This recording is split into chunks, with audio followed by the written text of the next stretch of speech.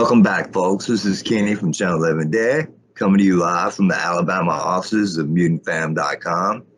Our guest tonight has had roles in Ted 2, Grown Ups 2, American Hustle, and so much more. Thanks so much for joining us at COTLD, Stacey. Thank you. So tell me, Stacey, how did you get into acting, and what was the first film you did? Well, actually, I used to do beauty pageants, and I don't know, they weren't for me. I mean, I always joke that's where I got a lot of my acting skills because you're anything except for you. So I did that for a little bit, just, through high school and whatnot. Then I just started doing little indie stuff. Like I would volunteer. At first, I just wanted to volunteer on the floor so I could understand all their lingo. Um, and then, in New England, we're not the mecca of film. We're not Hollywood, but we have our fair share of films. And we also have a lot of students that have to film and they have to do, they have to meet certain things by the end of their year. And a lot of those include short films. So for me, I really wanted to try to like get my feet wet and learn my way around, understand what happens on the set. There are things that most people wouldn't understand. Like if I hear them say like go back to one or we'll meet you at base camp or reset. Those are all little things that as someone who doesn't film every day, you'll feel stupid. You'll look around like what does that actually mean? So those little baby steps kind of get you in the door. So I was doing a lot of indie stuff, and then I would always watch. There's a site called newenglandfilms.com, and it actually does a lot of the indie stuff is on there. So we do anything from crew work to actresses to actors to anything, you name it, you can find a gig on there, and some of them are paid, some of them aren't. So I took one of those ads and I called, and it was a commercial for a gym, and I went and I shot that, and I was like, this is kind of cool. Like, and they wanted me to kind of be me because it was a gym in Boston, so they were like, just be yourself, obviously go with the script, but talk like you'd normally talk because that's what people want to hear. So that's Right. what I did, and I loved it. So from there, I just kind of built myself up. I eventually met up with the owner of Boston Casting, which she's like the queen of casting in New England. Everyone goes to her, and she was wicked nice. She came up, introduced herself, and she's like, I want to put you in my system. She's like, and normally you do have to pay to have like your headshot, your resume, and everything in there, but she legit was like, took me on and was like, I'll do whatever I can to help you along the way. And sure enough, she did. She walked me through so much, just getting my headshots, getting the right contacts, sign me with agents. So I have, agents that are in New York, LA, Miami, Dallas, Philadelphia, like all over the place. So that you want to have that because I don't know the different, when I started, I didn't understand the difference between if I was a principal or if I was just, like a background actor. There's Right. huge difference there.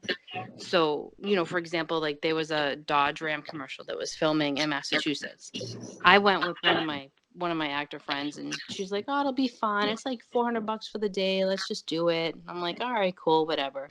So we got there, and there was one lead person, like one guy who was dressed up in a suit. It was supposed to be the mayor, and then like everybody else was kind of standing around like a crowd. And they pulled me out of the crowd, and I was like, "What?"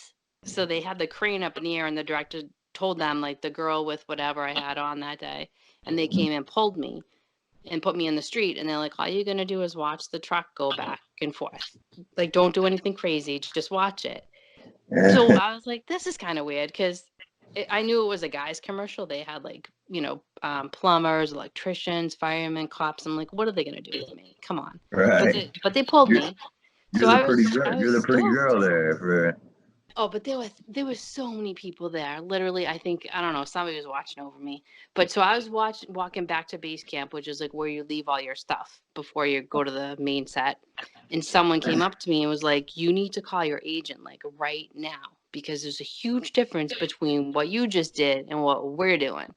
So I called my agent from the parking lot, and I was like, I just want to let you know, I just did, the Dodge Ram commercial, but they pulled me into like the main scene. I wasn't like background.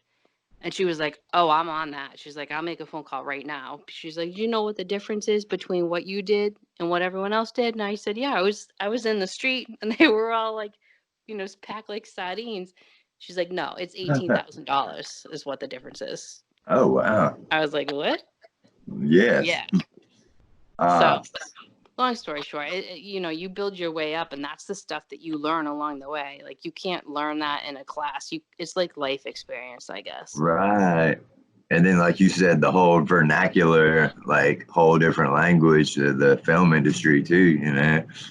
Yeah, you would Uh, never know like how much is really involved. I mean, there's certain colors that you should wear when you go on an audition. Like blue is going to be like your number one no matter what your skin tone is and your eye color. Blue is the top one that they always end up going with people that are in blue for whatever reason. Just stupid stuff like that. oh no, I would be shafted because I wear like exclusively black. Oh my God, I do too. But I have like my special little stuff that I would go on auditions in. All right, Stacey, let me ask you this. What would you say your major role is, like as far as featured like screen time and stuff? What would you I would have to go back to my indie, like one of the first films that I did. I mean, I've done shorts, but one of the very first features I did was called Blood Sugar Sid and Ace, and that was actually written by Mike Messier, who's from Rhode Island. He right? actually he's worked with a lot of Hollywood actors, and he's done really well for himself. But um, and that was a really tough film for me because it was an indie budget film, so we didn't have much to work with. I mean, he was kind enough, like he put me up in a hotel and whatnot, but he didn't mess around. He put me in the hotel, and then my phone was ringing in like 5 minutes. He's like, "Are you ready to run lines?" I'm like, "Right now." Like I just got here. He's like, "Yep, I'll be there in 5 minutes. Do you have your lines?" I was like, "Yeah." So we sat in the room and ran lines like the night before, but I mean, it's helpful to have that kind of director too, because he was kind of a mentor, and he taught me a lot of things that you like. Again, you have to listen to what they're telling you and take their direction. Like they don't want you to try to be clever and do your own little thing because you think it will be Right. better. They'll just yell at you. Like I've been on enough sets to learn that. But that one was kind of like a deep, dark, kind of inner mind. I don't want to use a bad word, There you go. but There you you go. know There what I you go mean. for it. Say it. Well, it was like a mind fuck, to be honest, because he wrote about himself, but he wrote about himself in like three different styles. So he had like the young version of himself, the older version of himself, and like the middle age version of himself. And then he picked like characters that he picked one. Her name was Blood, and she was basically like the devil, like the hot girl, but the girl you wouldn't take home to mom. And Right. then he had me, and I was like the angelic one that you wanted to mom, but you couldn't have. And then he had two guys that played like his older and his younger self. And it was hard. I mean, for me, I had never done like any kind of physical stuff in a film. So when I first got the script, I mean, I was psyched that I got it. I'll tell you that. I was psyched that I got it because it was a huge turnout for that audition, and it was my first feature, and I got it like right on the spot. They were like, "Yeah, yeah, it's definitely you. It's yours. It's yours." But for me, it was really hard because I it didn't expect, like after I read the script and I got to the end of it, I was like, oh, there's like a makeout scene, pissa. Like that's what am I gonna do with that? Like I am Right. so inexperienced with that kind of stuff on film. So I convinced him. I was like, you got to write that out somehow. He's like, I can't write that out. He's like, it's a major part of the film. I'm like, okay, you got to like make it happen with Jamie then, the woman who was playing Vlad. And he was like, all right, Stacey, I got it. I got it. And then we filmed. It took us 9 months to do the feature, which is normal. It can take that long, especially when you have like a small crew and people that work day jobs and whatever. So we got to like the end of the film, and then that scene came, and I was like, oh, he's gonna have something, cooked up. Can't wait to see what's happening. And what happened was he came over and he was like, Stacey, you're gonna do that scene. I was like, what? Uh-uh. He's like, you're just gonna do it. I go, you let me think this whole time I wasn't gonna have to. Now I do. He's like, you have to. He's like, I'm not asking you to like take your clothes off, go in a shower scene. He's like, you're just gonna kiss him. That's it. That's all there is. I was like, oh my God, this is so freaking weird. But thank God, like his name was Adam. He's actually in LA now, but thank God he was so sweet. He's like, I will take good care of you. I promise. Nothing bad is gonna happen. I'm like, oh my God. And then they made us do it like 3 or 4 times, but it was kind of like a cute little thing because to them they thought it was funny because they knew the whole time they were gonna make me do it. I had no idea. Right. And actually that clip is on YouTube. It's funny because even now when I see it, I think my face still turns red because I was so embarrassed. And he was like, "You seriously fit this role so much?" He's like, "It's crazy. It's crazy." So That's that was awesome. probably my biggest that feature. And I think that's out on DVD too. All right. If you had to choose a favorite, what film would you say you enjoyed the absolute most? That's tough. I did enjoy that ending. However, oh my God, there's so many of them. I have to pick. Probably American Hustle, I would say. Okay. Um, I had to dance until my feet bled, but the reason being is that I got to see some of those like the A-list actors at their Uh-huh. most vulnerable times. Like Bradley Cooper in that film, he was great. He's great anyways, but in that particular film, the scene that he had with like Amy Adams, which was a sexual kind of thing, and there were people around. I was standing there, and to see someone like him have trouble with it, I was like, really? Like Uh, I got to watch the director go over and kind of like coach him through, and he's like, Bradley, you gotta pretend like these people aren't here, and so it was kind of cool to learn that part of it. it probably gave you confidence as a actor yourself. Yeah, it did. I got some really great scenes with them too, so that was exciting. But yeah, it was kind of cool. And the other thing too is that working with Amy Adams, I don't know if you're familiar with her, but she is she's a real genuinely nice person. So it just gives you a reality check because you know that I've worked with a lot of people and not all of them have that quality that they're kind. Like, Maya Rudolph, I don't know if you're familiar with her. And Yeah, of she course. she is so nice and so genuinely sweet. Like I filmed with her and Sam Rockwell, Nat Faxon, um, Steve, what the heck's his name? Carol? I Yeah. don't know. Hey, let Yeah. me stop you right here before you go into one of my next questions. Hmm. uh, uh, what was it like working with? Let's see, where was it? Let me find it on my paper here. What was it like working with Adam Sandler and Seth MacFarlane? Oh my God. Well, Seth is like, I don't know. You've heard the expression every woman. He's like every man. Literally, he was doing the camera, he was doing Ted's voice, and he was directing all at the same time. The entire movie. I was like, that's sick. Like, that's some raw talent right there. And Oh he's yeah. so freaking funny. Like, he's like one of those funny people that can be on impulse. He just says something that you can't even stop laughing. And he's cool because he'll let you, not me personally, but like he's open to new ideas. So, there was a scene where Mark Wahlberg they actually hired a body double, which it was funny because I heard him like going back and forth. He's like, no, man, I want to do it myself. They're like, you're going to jump off the stage and like crowd search. You're going to let those people catch you. We hired someone. And Mark was like, no, I'm going to do that myself. And I think they actually cut that scene, but it was kind of cool that he was like, all right, dude, if that's what you want to do. He's like, but don't get hurt because we get a long way to go. Right. And he did. He threw himself like into the crowd and they kind of like carried him around and stuff like that. And he was wicked polite too. I've read like I've worked with him a couple of times and I've heard, some negative stuff about him. But I will say as a female, he was really kind to me. He was really nice to me. But yeah, Okay. Adam Sandler was nice too. Yeah, And see, like, he's very genuine too. So when he came on the set, I was like, oh, he must be going to wardrobe because he had like Adidas shorts on, Adidas sneakers, like a wife beater. I was yeah, like, he must be heading to wardrobe. Nope. He came and sat next to me because I was in the scene with him and Maria Bello, Kevin James, and Salma Hayek. that's And awesome. I was like, is he seriously? This is what he's wearing right now? He was like, what's up? I was like, this is it. That's it. He's like, this is it.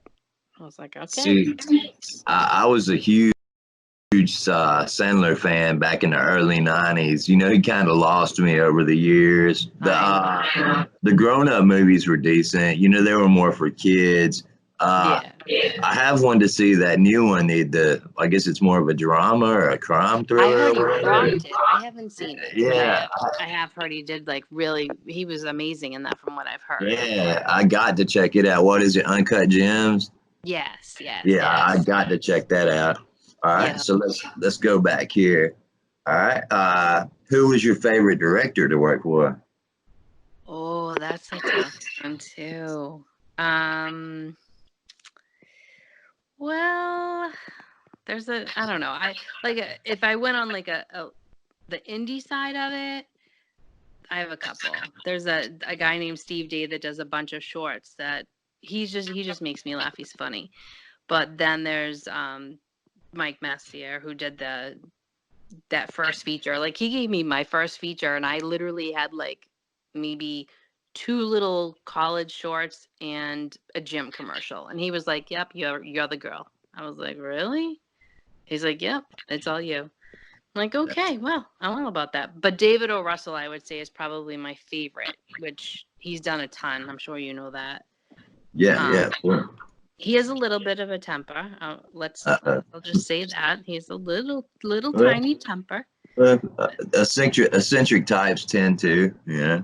Yeah, I mean, he really like if he has a vision and people try to step in and pull that vision apart, like it just does not work well for him. He Yeah, is not yeah, about that at all. He's like, no, I'm doing it this way. Like he did The Fighter, he did Silver Linings, Playbook, American Hustle, he did Joy. He's done quite a bit, but yeah, he's definitely like very hot tempered. You know, we actually had to step out at one point in the middle of a shooting because of that reason. All right. Did you grow up as a fan of horror flicks? And if so, what is your favorite horror movie? I'm kind of old school and I do love horror films for sure. The Shining was like one of my all-time favorite ones. And obviously like I like Friday the 13th and Freddy Krueger.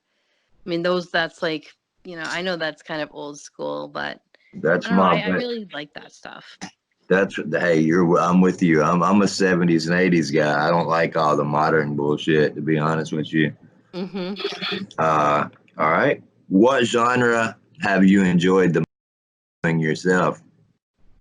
Um, I like the horror genre myself. I mean, I also I like all of them, but I don't know, there's something different about horror because they say that you can bring in so much energy from certain life experiences. So for me, like I did a little short called Resti Restitution, and it was basically it was horror, but it also had like a little bit of cult activity, I guess you could say.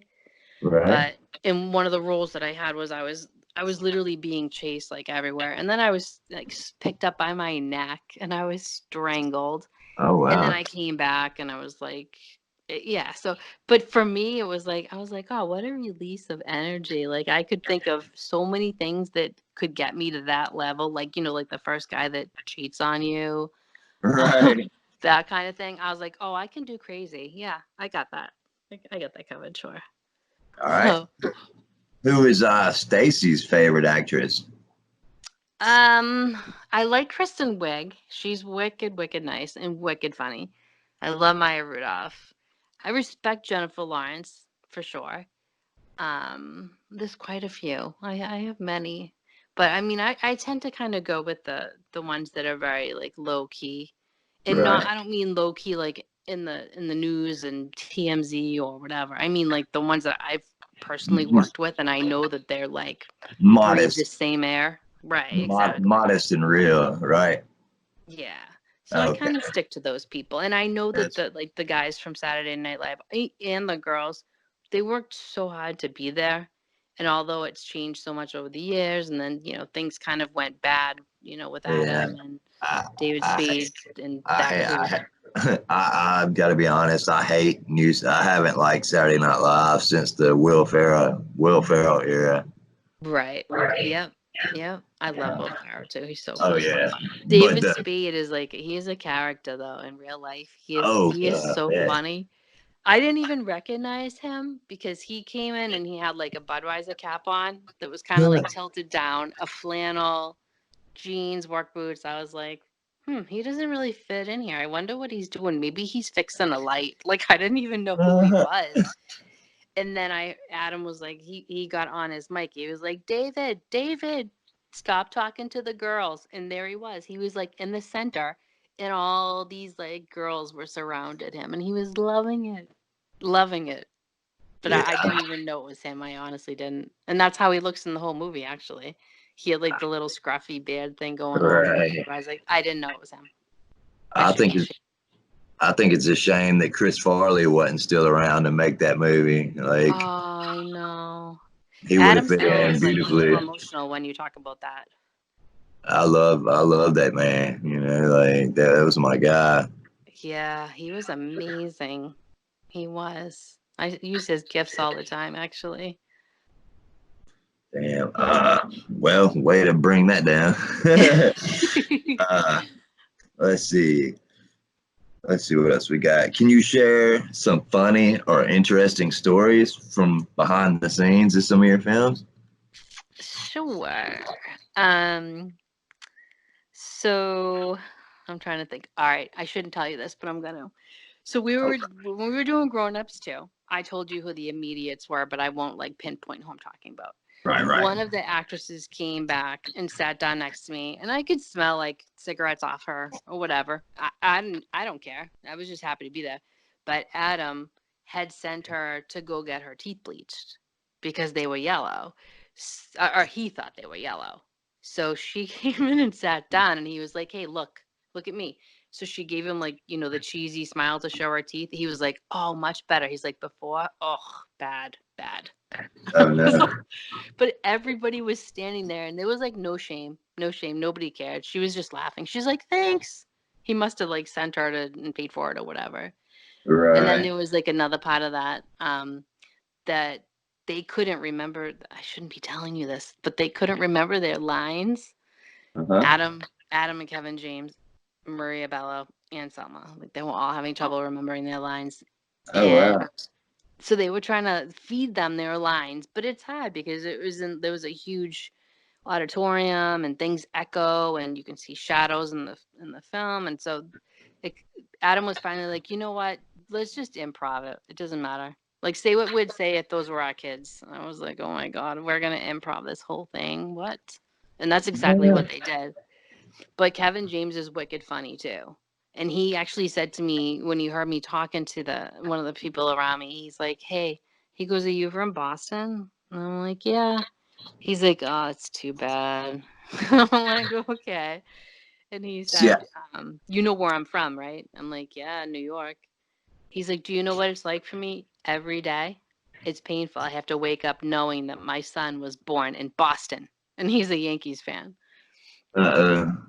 So he's like, he was nice though. I heard a little bit of negative around him too, but he was nice. He was nice. See, but they don't they're very, very professional, so it's hard to really say like there any bloopers that happen because they're paid to not make bloopers.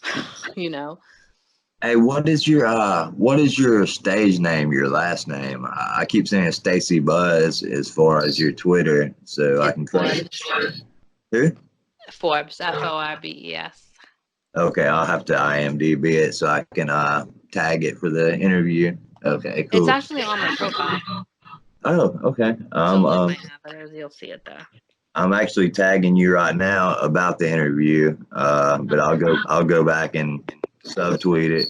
Oh, Can you tell us what's next for Stacey? Like what future plans? Like what you've got, in the works? well, I've been pretty lucky because I've been able to be a little bit more choosy with what I do.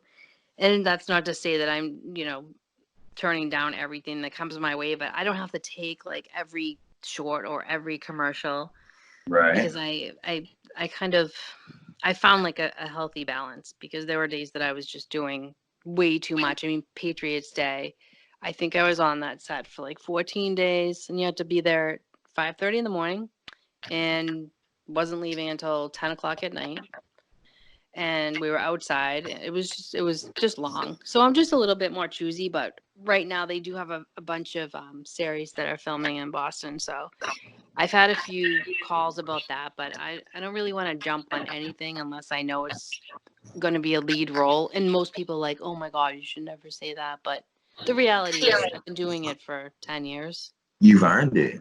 So I'm like, dude, I've already been that person like in the crowd that nobody sees and that has to wait to get their food because they're not set. I've already been that girl. You So like you've paid your you've paid your dues. I kind of feel like I have, and I've taken so many people with me along the way.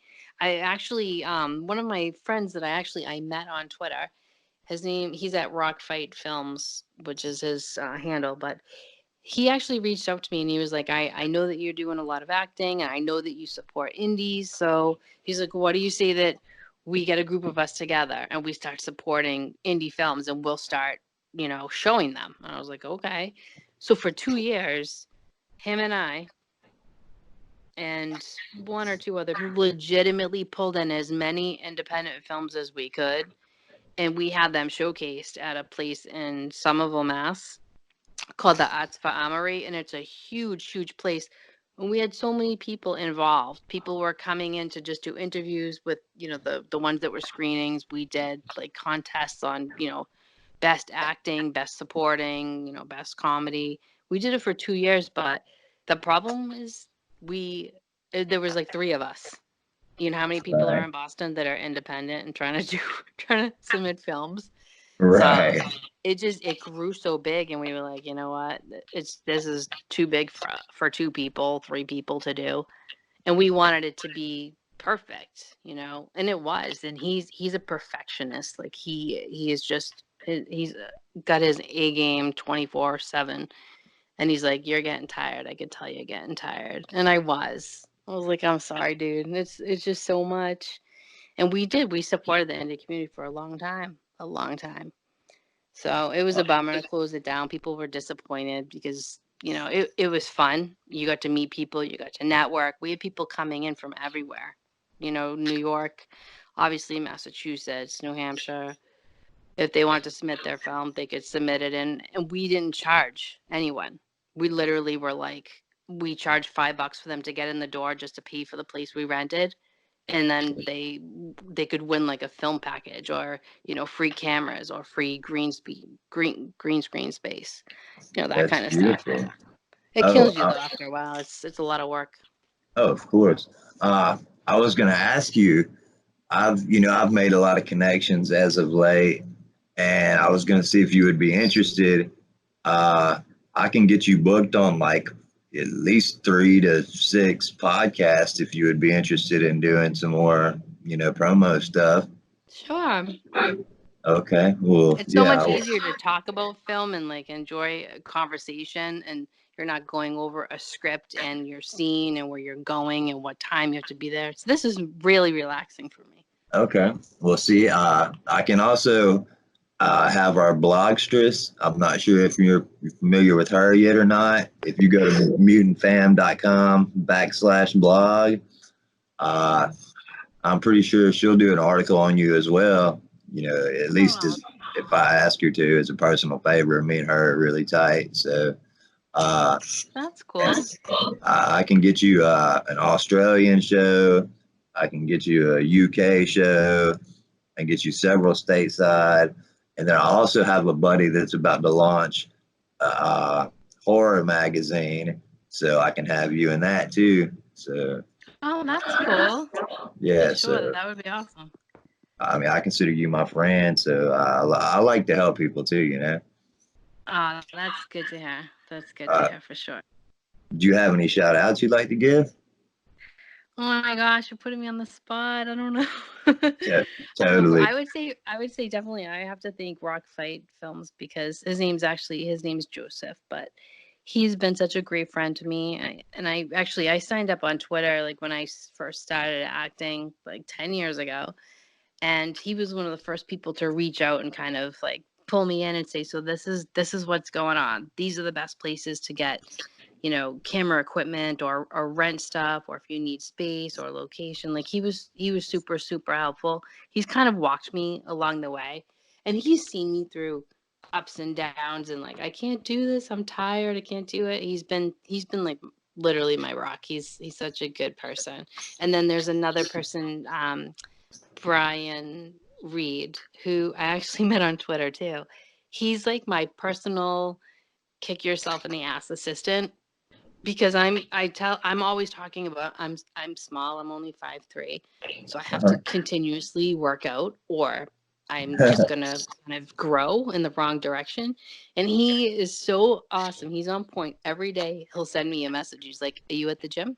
What time we going? When are we gonna be there? How long did you run?" Like he gives me like that, and it's funny because I can actually be like, I can't do it today. He's like, "Yep, you're gonna go by like 5. You got to go by 5, or you're just not gonna do it today." But he pushes me, and we've had some pretty good conversations about, sometimes with the weather changes, and you just get tired just from life itself. You kind of need somebody in your corner, like giving you that little, like, you can do it, you can do it. Absolutely. I'm going through it right now. I was ready to quit yesterday, and if you look at my Twitter, man, so many people came to my back. I don't know how much you know of my story. I was one of them. Oh, you were, aren't you? You're a sweetheart. I was there. I saw it. Because 20 months ago I was in prison, and now I'm doing kind of big things and losing my job and my house, just like living in my mom's basement with no income. Like a couple people bought T-shirts. One guy was kind enough to PayPal me $50, and it just means the world to me, man. Like, Aw. yeah, I feel so much love right now, I'm So, glad. And honestly, I know that it sucks that your house is gone, and I get it. I do. I get it. But the reality is, I know people probably tell you this all the time. It could be so much worse. What if you didn't have your mother's basement? right. Like Was it you could be. I literally I talked to someone on Twitter. We're so so so so close. I love him to death.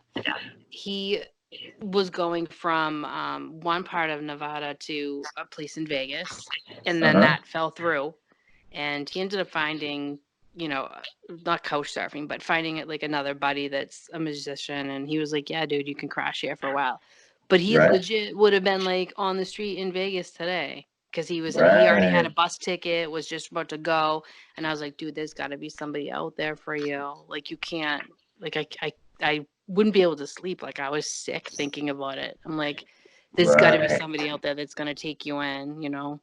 And thank God there was, and that stuff happens all the time. It happens to good people, and I think I told you, I really do think that people deserve second chances. I understand, like you make a mistake, you pay it, then I think you should be able to come back to society and be productive and feel like you're actually doing Right. something. It's That, unfair that you go, you do your time, you take care of what you have to, and then you're released like you know and to the wolves. you have no opportunities.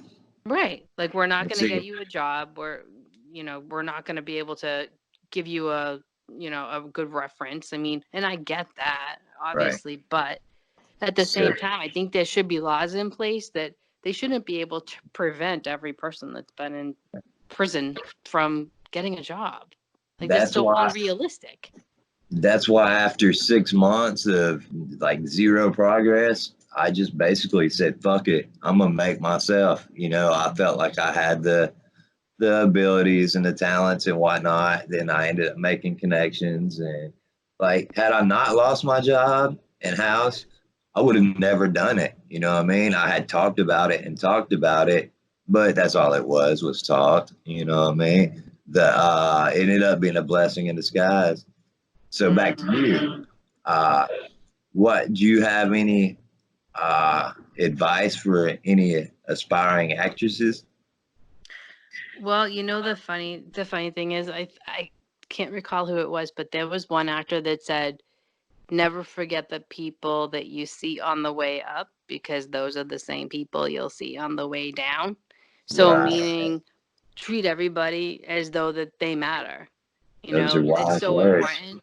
And you know, I'll tell you a quick story with oh, which was I did a film for, it was called The Way Way Back.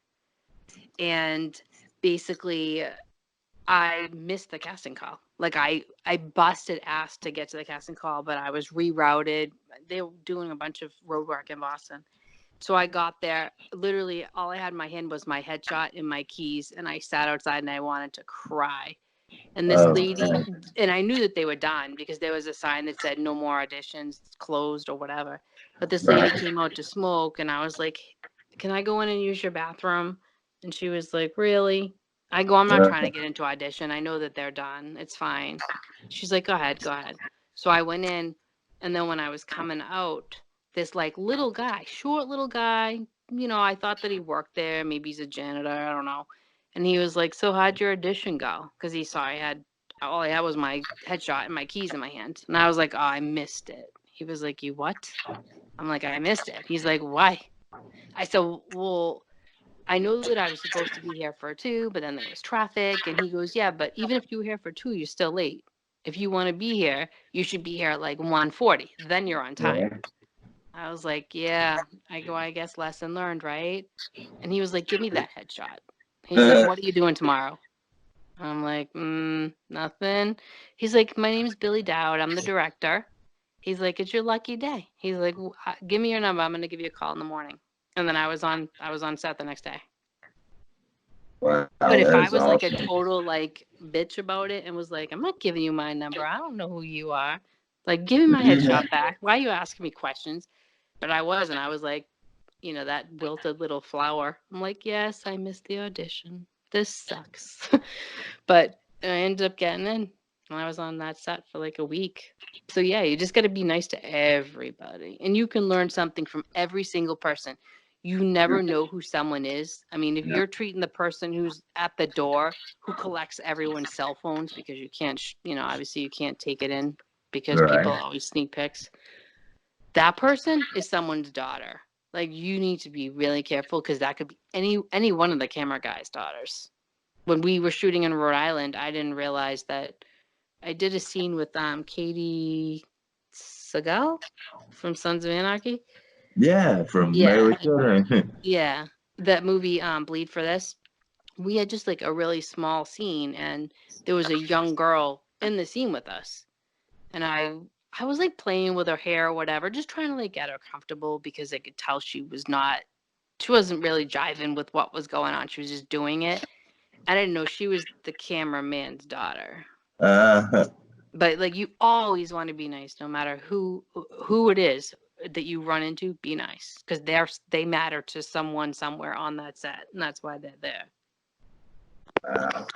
Stacey, I have so much. I already loved you and had mad respect for you, but after speaking to you personally, like I'm blown away. Like you're an awesome person, Oh, you're and sweet. I would be thrilled to have you back. You know, next time you got something to promote, hit me up, and I would love to have you back. Oh, that sounds good. Definitely. Okay, so well, I guess I'm gonna wrap it up. So this is Kenny from Channel Living Dead and Stacy. State your last name again till I get it mastered. Forbes. It's Forbes. Forbes. Oh, like Forbes, like the magazine. Yes. Oh, okay. Your accent threw me off. So Okay, I know. I know. you fucking Boston accent. Quit getting all departed on me. That's funny. I do feel Okay. like sometimes when I do these podcasts, I do kind of feel like I need a translator. I'm not a foreigner, I promise. Yeah. Well, like 90% of it's great, but like occasional, like there's an R or a lack of R. Sometimes it throws me off. You know what I mean? So, but hey, I had a blast, Stacey. I'm so glad to have you on, and I definitely look forward to doing it again. Thank you so much. I will talk to you soon. All right. Bye, All Kate. right, bye. Bye, Stacey.